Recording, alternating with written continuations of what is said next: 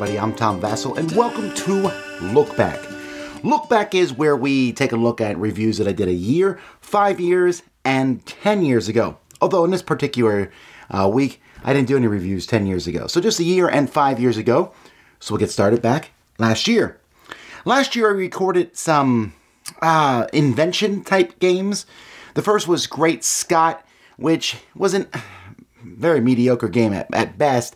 And then it had this old timey-wimey stuff going on in it so that a lot of people who play the game don't even know what half the words mean and such. Just getting points by playing a certain amount of cards, it just was kind of a mess. I didn't really like it. Nerdy Inventions, also about making some inventions from Mayday games. And this is about rolling dice to get the resource you need to make inventions. Way too much luck, just neither one of those was very good games.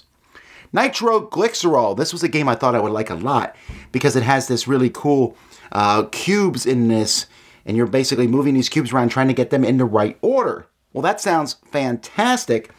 The problem that the game has is that the scoring system is just totally wonky, and so that kind of knocks it down. The Banishing. This is an okay cooperative game in which you have a grid of cards with werewolves and vampires and things showing up, and you got to use your special abilities to stop them somehow by taking cards in columns and rows. It's an interesting game, probably ultimately forgettable. Veggie Garden. This is from Quick Simple Fun Games, a game in which you are taking vegetables and also trying to make vegetables worth points.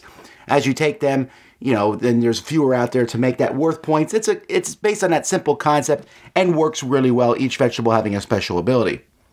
Wavebreaker is a puzzle-style game that I enjoy as you move them back and forth from Think Fun, typical Rush Hour type puzzle. Mighty Monsters. I just saw someone playing this the other day as you have these monsters and trying not to make the monsters fall off this like a raised platform. A great little kids game. 1754 Conquest, French and Indian War. I like this one a lot, although the recent Vikings game kind of murders it. I like that Vikings game so much more. The 854, whatever the date of that one is. But this one's still really good. This series, of course, from Academy Games, still a fantastic series. I took a look at DC Comics, Dice Masters Batman. This is still one of my favorite sets because of the double-sided cards. I thought that was a neat idea, having cards that might flip over or where you can pick the sides of them. With Two-Face, you know, that kind of makes sense. And then Century Spice Road. It's been a year since I reviewed this. It should have won the Spiel des Jahres, I think. But this game is just fantastic. Every time I bring it out, it does really well. It is Plan B hit the ground running with this one from Emerson Matsuuchi. Just easy buy cards. Still a favorite game. I played this one almost more than any other game I played this year. 5 years ago, I took a look at Zen Garden, where you're basically putting tiles out. It was a tile-laying game. It's okay, but a forgettable game, and we probably won't see it again since it was produced by Mayfair.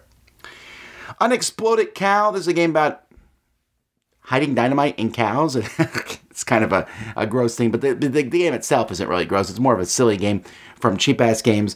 It's okay. It's fun. It's interesting, but it's kind of based on the humor of the theme more than anything else.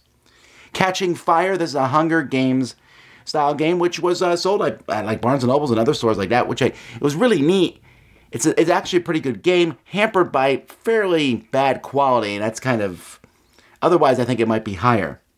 And then Word Around. This is where you're trying to look for a word that's around a disc. That's pretty much it. The words go different directions, different colors. I like the concept a lot. It works really well. Well, that's it. Those are the games I reviewed a year and 5 years ago. Until next time, I'm Tom Vasel, and you've been watching Look Back.